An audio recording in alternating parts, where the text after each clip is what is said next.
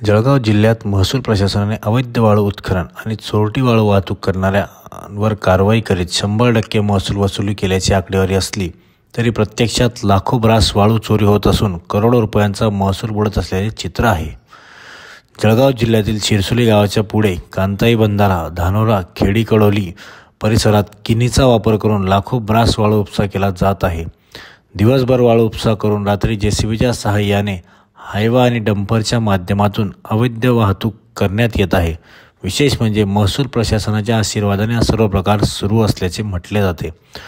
महापोलीस न्यूजला सूत्रांनी दिलेल्या माहितीनुसार दररोज रात्री 100 पेक्षा अधिक वाहनांच्या मदतीने जळगाव तालुक्यातून जळगाव शहरात आणि जामनेर तालुक्यात ही चोरीची वाळू पोहोचवण्यात येत आहे।